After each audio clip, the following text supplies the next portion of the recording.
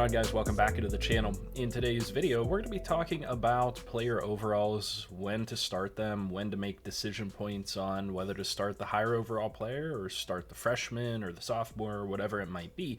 I just want to go over some of the logic that I utilize in order to make those decisions and come away with better outcomes for your roster, for development, for team development, for growth, all those things within Dynasty mode in College Football 25. We're back yet again in the Akron file with this online Dynasty with a few other members, and I've had some pretty good case examples with this Akron team, recruiting only 3 stars. That's the limitation that we've placed on ourselves, and I've been able to pick up a few players with impact dev and star dev, but a lot of normal development players, and it really creates quite a few decision points that I've had to make with various different players on this roster. As an example, do I start the senior 80-something overall quarterback, or do I try to start one of the freshmen? Do I start the veteran wide receivers, or do I try to develop the star freshman player? Or likewise, do I start the 79 overall sophomore running back that was already here, or do I start what was a 68 or 69 overall running back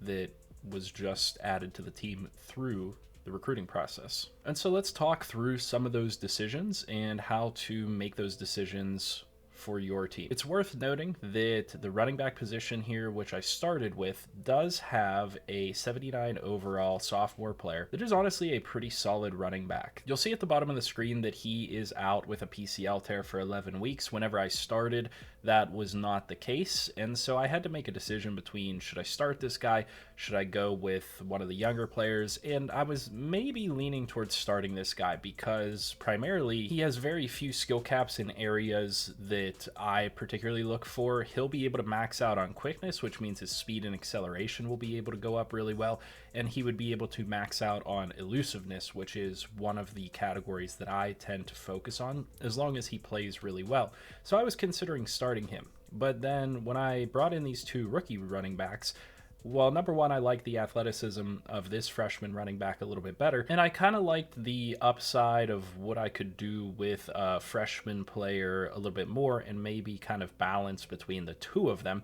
and not give all the reps to the first guy. And so this is potentially a prime case of, you know, do you start the older, higher overall guy, or do you start the guy that's 10 overall lower that's a freshman just because of a couple of ratings or something like that? And oftentimes that is something that can be a very strong influence on whether you start that guy or not.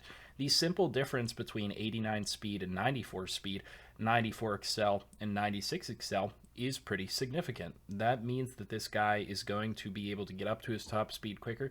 That means that he's going to have better breakaway speed, which often results in additional yards per rush. I mean, on a simple running play, you might be gaining 4 or 5 yards average with Williams, but that 4 to 5 could turn into 5 to 6, 7, 8, even more with a player that has a speed like 94. So I ultimately made the decision to go with this freshman running back, and he has upgraded 10, if not more, overall points because he's now in the Heisman race. He's doing fantastic across the board, and he has some progression left to go. The only problem is we are going to hit a cap on this player's capabilities at a certain point here. Now, there's not a whole lot of other decision to be made because this running back did end up getting injured up here at the top, but realistically, Montgomery here is going to cap out at a lower overall than Williams will. Now, does that matter? Not necessarily. One of the things that I've tried to emphasize to people for a long time is that your player's overall does not necessarily matter within college football, within Madden, whatever it is. It's really the individual ratings and what they can do as a role player that matters more for your team. If you're utilizing your running back as a receiving back, then pretty much everything else doesn't even matter. A player's overall doesn't even matter. You're going to be looking for catching and route running statistics with that player. That makes it a big difference, and very often receiving backs are not going to be that high of an overall because they're going to be missing out on things like carrying or break tackle or trucking and those types of things. And you can see that here, the difference between these 2 players. My receiving back, the 79 overall that was here to begin with, has 68 break tackle, 53 truck, 53 stiff arm. So he's solid as a receiving back. He can catch the ball pretty well. But there's a completely different skill set available here with Montgomery. Montgomery is really solid for a MAC team at breaking tackles. He can truck a little bit, stiff arm a little bit. I mean, it's not the best. He has better spin move and juke move capability coming in as he is right now. And to be honest with you, his catching capability is not too bad in comparison to the sophomore running back that's ahead of him. And that is not a big enough difference, in my opinion, on those statistics, if that was what I really cared about, to justify sacrificing this much break tackle, this much trucking, and this much athleticism. So when people ask in the comments section, or they message me and ask, what is your process and what is your break-off point as far as deciding whether that younger player should start over the higher overall player? And I say, it just depends on what you want to do with that specific position. If this guy serves that role better, then start him, period. Now, there's a ton of advantage as well, as you can see, to starting a younger player. They develop at a very quick rate. If you'll notice, most of Montgomery's categories cost 3, 2 points. There's one that costs 10 points, but it's very cheap for him to be able to upgrade. As players get older and they get higher overall, of course, it is not as cheap for them to upgrade. Even their low-end categories sometimes cost just as much, if not more, to be able to upgrade. So we saw some level 4 categories on Montgomery that were costing 2 or 3 points to upgrade. Well, route running for Marquise Williams is costing 8 points to upgrade at a level 4. So as players get older, it can be more difficult to progress them as quickly, unless, of course, you get good coaching abilities and your assistant coaches can help out in those areas. I'm not saying that you can't do well with a sophomore or a junior or a senior starting those players, and there are absolutely many cases in which you should, and we'll review one of those soon. But I'm just saying that very often, if you take a look at that freshman player and their skill set is what you want it to be, and they can get even better, then start that player and they'll turn out to be pretty solid. And to be quite honest with you, sometimes it's just a matter of you spent the time to recruit this player, and so that's the player that you want to play. You can edit this guy's equipment. The existing players on the roster, I can't go in and edit their numbers. I can't edit their equipment. I can't do anything that I want to do with those players. But Montgomery, as an example, I can go in. I can do whatever I want with his equipment. I can update it week to week. I can change it year to year. I can do so many different things with that guy that just makes it a little bit more valuable to me, and it's a little bit more unique. I spent the time and effort to get that guy, and he has the upside. I might as well use that guy, and so there is something to be said for that as well. Now, when we go back to look at the quarterback battle, as an example, I did consider between a few different players here at the quarterback position. We were able to recruit this guy here who had impact dev, and his caps weren't the worst in the world, but they're also really just not that good to begin with. He has 90 throw power, which is serviceable, and I'd be able to get his accuracies up to a decent rating. I'd be able to improve his quickness, elusiveness, his IQ, some of those categories. But realistically, I didn't think I could improve him enough by playing him in year one that I really thought it was worth it, and I didn't have that much draw to that player. What I really had draw to was Montgomery, the running back, because I thought his athleticism would really stand out within this conference. And then I had Westbrook here, who I was heavily considering starting at the quarterback position because he comes in with much better throw power, 93 throw power. He'll be able to improve his accuracy a little bit, and his accuracies are already really solid. I really like that 81 deep accuracy in a conference like this. It's really important to be able to hit deep balls whenever you can get them open, and so I was really considering starting this guy, but there are so few skill caps here with this guy that it's like he's never going to improve past Finley unless I do something with my coach in order to fix those skill caps or get better progression in the offseason or whatever it might be. So I decided I'm going to redshirt him. I'm hoping that he will progress some of these ratings on his own through that redshirt season. And ultimately, there's just such a big skill gap here with the capability of my starting quarterback at an 84 overall that I might as well just play him. And he had so few caps here that if he ended up playing really well throughout the season, he could get up to a very high overall, and potentially he could even go and get drafted if he played well enough and upgraded well enough to be eligible to be drafted based on the game's algorithm. So to me, this one ended up being a pretty straightforward decision. I was going to run the ball a lot in the MAC, and I just needed an accurate quarterback to be able to throw the ball and get the ball to the targets I needed them to get to. whenever I did decide to throw the ball on second and third down and those types of things. So this was kind of a no-brainer to me. I didn't think I would be throwing enough or successful throwing enough to really develop a quarterback that well in his first year anyway. Now, we do have a bunch of very solid receivers on this team that already existed prior to recruiting the freshmen that I brought in, and I really like a lot of the freshmen that I was able to bring in on this team. I was able to bring in Latu, who has 94 speed and star dev, and I think that he'll turn into a solid receiver. His caps aren't too bad, only 2 pretty much across the board in these categories, so I think he'll turn into a really solid player for me. So I decided not to redshirt him, because what I'm going to do to try to get him some playing time and try to get him onto the field and maybe get a couple of upgrades here and there is utilize him on kick returns, punt returns, maybe as a slot receiver here and there. But I really couldn't justify not putting these guys up at the top on the depth chart. I can only redshirt 3 players at a single position. I decided to redshirt the 3 kind of lower receivers from that. I think that based on how many players I have here, I should redshirt at least 3 because there's no way that they're all going to play. So these guys will continue to get better and they'll be ready for me next year. And then I can play these 3 guys and have Latu be the rotational guy. So there is something to be said there for when you should redshirt certain players and how you can leverage that type of stuff.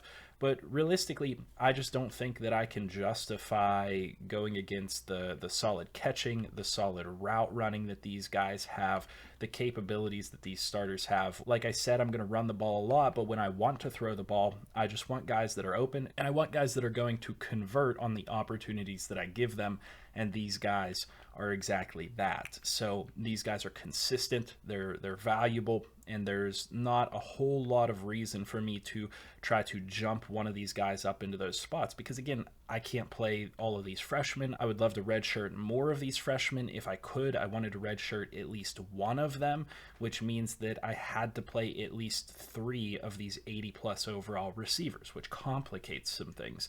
Now, I could technically take the red shirt off of this freshman receiver. I could put it on Adams, or I could put it on one of these other guys, which would be a fine decision, and then I could play one of these freshmen in their place. But then I also have 2 freshmen sitting here that aren't going to be playing, and they're not going to be redshirted either. So then I'd have to get to a point where I would decide maybe next year to redshirt them or something like that. I'm going to have new players coming in that I potentially want to redshirt, so that overcomplicates things in my opinion.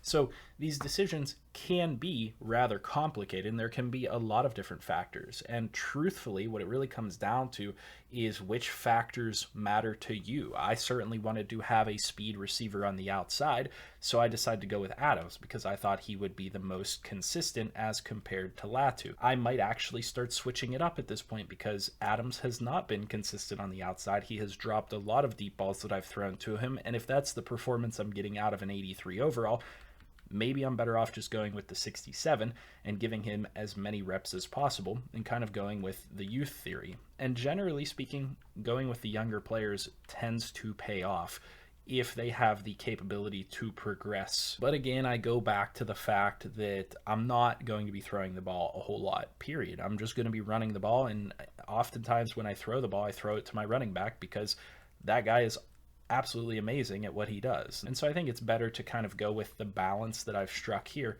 But it was a hard decision to make on whether to utilize those freshman players or just go with the higher overall existing players that were on the roster. One thing that I definitely have to say is that if you are playing on a team where you are able to grab a lot of star dev and elite dev players, those guys should start as soon as you possibly can start them. It's going to be a little bit different if you're maybe Oregon or Ohio State or Georgia, where you just have so much good talent already that you can't even actually start some of those freshman elite dev players. But if you're most of the other teams that could access elite dev and star dev players, you should try to jump them into your lineup as quickly as possible so that they can develop as quickly as possible. As you saw, if you really kind of hammer away with it and perform well with a player, this is the difference in progression in less than a season. We're 8-0, so we're not even all the way through a season here, and we've gone up 10 plus overall points with one player simply by performing really well with them, and this is an impact dev player who was a 3-star. So you can imagine how much more effective it can even be if a player has star dev or elite dev and you're on a better team that can get them the ball even more and have further success with that player. And so hopefully that gives you a good breakdown of kind of what's going through my mind whenever I make those decisions between starting a younger player, starting a high dev player, or starting an existing high overall player, because it can be a little bit of a difficult decision to make, especially whenever you have some fringe players that you're not sure whether they're going to be that good or not, and you're not sure what roles they're going to play. It can be complicated to make those decisions, and I think just having a little bit of more information on how to frame those decisions can make them happen quicker and easier for you. It can be a little bit less painless, and you'll end up regretting some of those decisions a little bit less. Nothing is worse than getting a couple of years into a dynasty and having some of the high-end players that you've recruited want to transfer out because of playing time, or they're not developing well because they're not playing enough, and those types of things. So that type of stuff is always in the back of my mind, especially depending on what team I am. If I'm a higher end team, I still tend to influence on playing those higher dev players because those are the players that I don't want to lose. And I have a preference towards the recruits that I'm bringing in personally because I can do more with them. I can change their numbers. I can change their equipment. I can make them more personal to me. And so I'm a little bit more invested in those players. So maybe don't let that particular thing weigh your decisions. Some of you might be that way, some of you might not be that way. So certainly I'd be curious to hear in the comment section down below, do you guys have preference towards the players that you recruit, even if they're not necessarily going to be better than the existing players on the roster? Or do you guys just not care about that at all? Or are you strictly trying to min-max it and get the best players and the best overalls that you possibly can? And are there any other nuances that you would add to this conversation? If so, let me know down in the comment section below. Leave a like, comment, and subscribe if you have not already. As always, I'll see you in the next video, and I hope you have a good one.